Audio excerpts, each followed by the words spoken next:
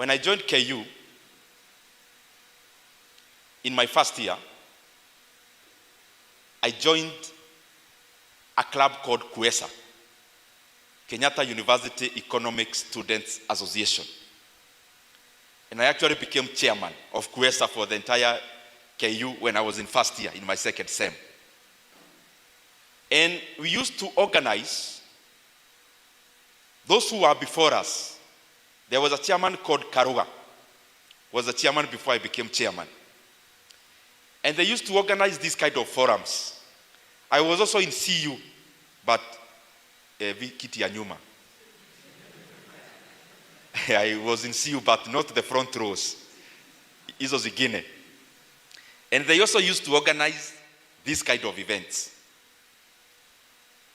And I want to show you just one word from this kind of an event can shape your thinking all your life. So one time we had organized a career forum, which had been organized by KUESA, Kenyatta University Economic Students Association. And they had invited some gentlemen, I think from either PwC, PricewaterhouseCoopers, or Deloitte, one of the two. So this gentleman told us one thing. It may look very shallow, but I've always done it by default from listening that day. So this guy, he was talking about how you vile unavaa kama mwanaume.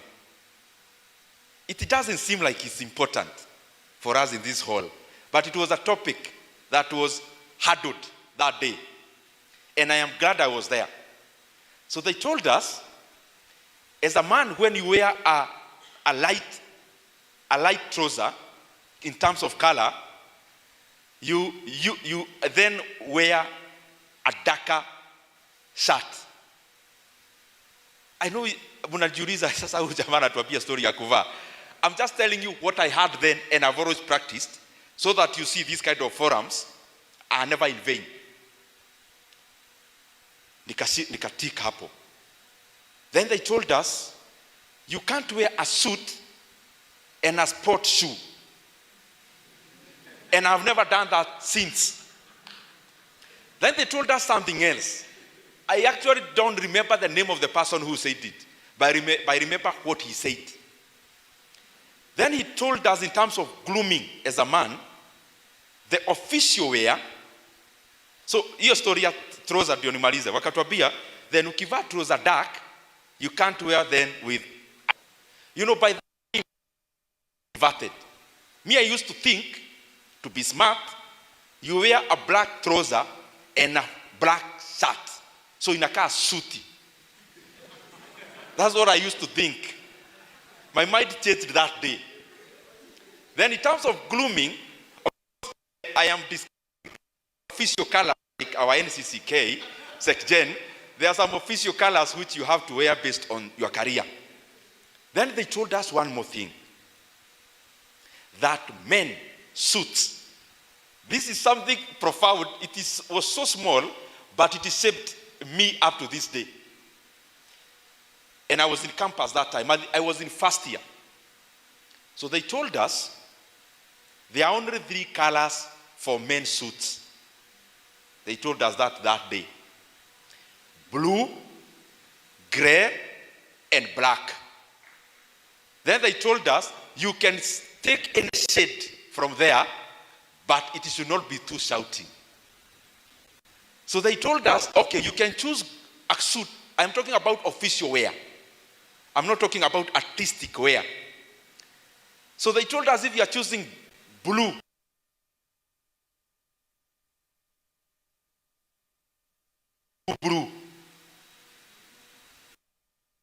there's some blue that really shouts. And then they told us, when you wear has no stripes or has no boxes, then let me first finish here.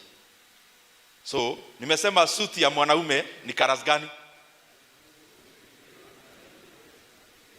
I'm not saying what you should do. I'm saying what I had and have been doing since then. Blue, gray, black. Then they told us, don't choose shouting colors for official wear.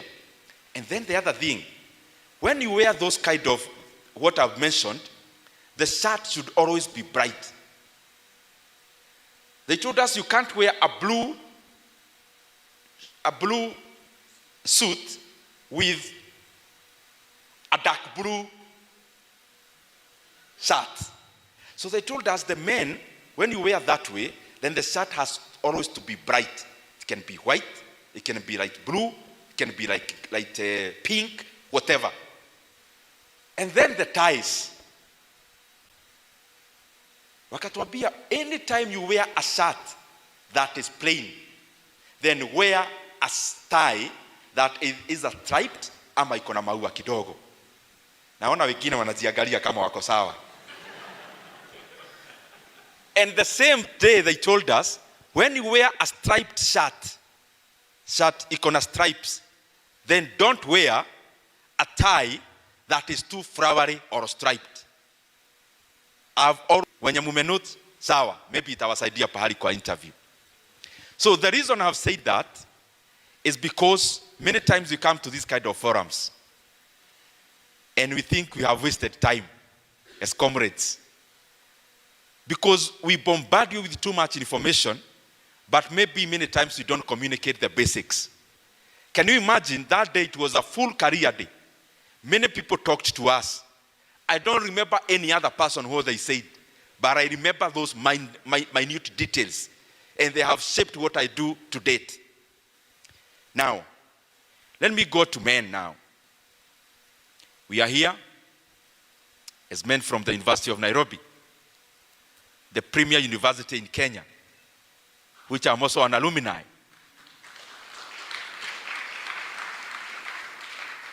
Because I graduated with my master's the other day. So I did my bachelor's in KU, Bachelor's of Arts in Economics. I came here, I think 2-3 years ago, and I went to KU around the same time. In KU, I enrolled for Masters of Economics, Policy and Management, and your volume iko poa, DJ. I think it's better. So, and I also came here, University of Nairobi, and I enrolled for MA Economics. And I have completed all of them and graduated. And the reason I had come to enroll for the 2 masters, what I thought, I read a lot. Economics, finance, history, leadership, politics. That's my cup of tea. So I thought, since I have read so many books, why can't I go enroll for masters to get a certificate for what I thought I already knew? Because I thought I had read everything. But I'm glad when I enrolled for my masters here and in KU, I confirmed the things I knew, but I was also able to read and learn many more new things. And around the same time, I enrolled for a short course in the London School of Economics, which I have also finished. And next month, I'll be starting another executive certificate at Harvard University.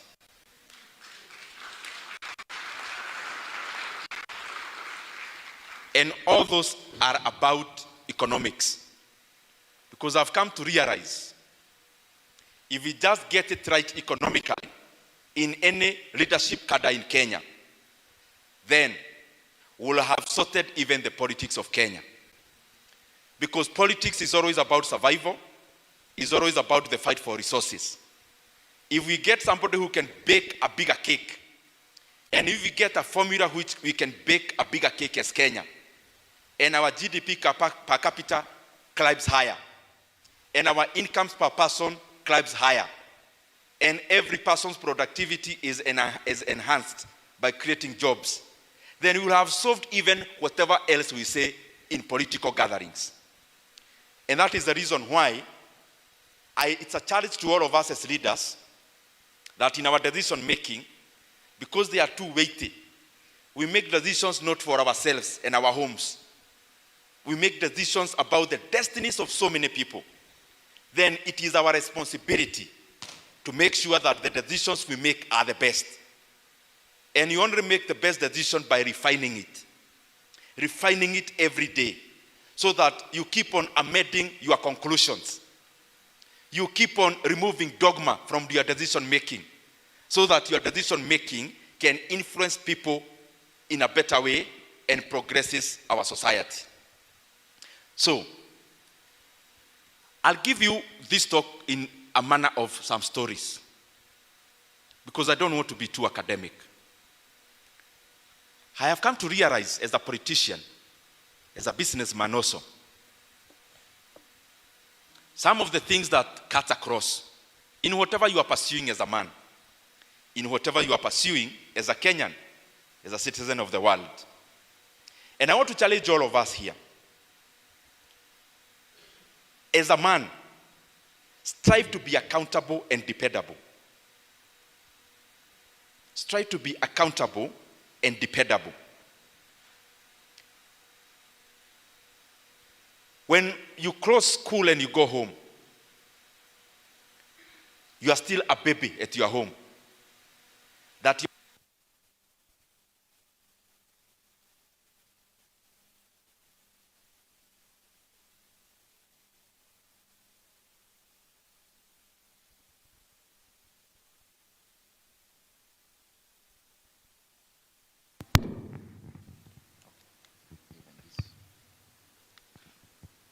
even this is fine.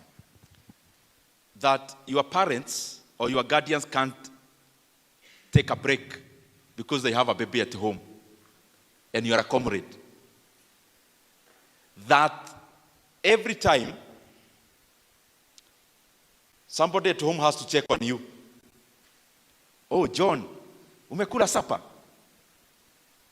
Otieno, did you take lunch? Your parent at home in Homa Bay is calling you here. You are a comrade at University of Nairobi to look after you and how you are faring. Gentlemen, now that you are a comrade already in the university, you are already a mature man. You should be a solution provider. You should no longer be a bother now to the people you left in the village and in the estates. And I can tell you, even us, when I was joining KU, mi vile barua ilikuja ya kuenda KU as an undergrad, it was then my business to know how I'm joining KU, including fees for the first sem. So I left Muranga. I had been a volunteer librarian in the school I was in. So venye tulikaribia kujoin university, I came here to Nairobi. Nikaenda industrial area, got a kibarua in a size of company called Taita Estates. Did some vibaruas. By the time we were reporting as freshers, mi nilikuwa already niko na fees ya my first semester. Now of course nikalipa na nikaongeza help kidogo. And I can tell you the entire time I was in KU, no one came to check ati nafanya nini KU ama kuangalia nararanga wapi. Wewe ukiwa mwanaume huko, wewe ukilala nje lala. Ungangane kimwanaume. It's only one time my sister came, not necessarily to, it was just a visit kuniona tu, but not to check huyu jamaa anafanya nini na anararanga wapi. So when you are a comrade, this is the place where you start first of all developing that responsible person you want to become. And you become responsible by being dependable and accountable. So that people are no longer worried about what you are doing. It is you who is worried about whether your mother had some uga ya kupika. It should not be the other way around. And every time you think about this, because it's holistic, it's not just about being a comrade. It is also about in real life. There is a story that's given, maybe you have read it, about a king. It's a mythical story. A king who had gone by the roadside, in a road where the road had been blocked by a log, muti na ikaanguka kwa barabara. So the king was somewhere better. That time it was precious metals, gold. Na akaichukua. And then the king came from the place he was looking at. Na akaita huyo farmer. Akamwambia, actually, That past from today belongs to you. It was worth the millions of money now today. And he also promoted him as a man in the society to be in the king's court. Because of all the people who had passed that road, he had exhibited responsibility that does not only enhance his own convenience, but also the convenience of the other people. So malipo yake ikakuwa hapo hapo instantly, but also in the long run, his livelihood was improved from that day. Many times when we are here in the university, we are in our homes, we get jobs, we become members of the society. We only want to look inwards. What is my own convenience?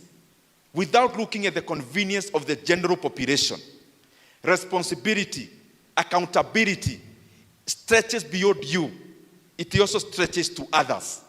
So that you can sleep late at night, not just thinking about you and your convenience, but also thinking about others, thinking about the world, thinking about Kenya. Because when we make the world a better place, even us, our lives are enhanced.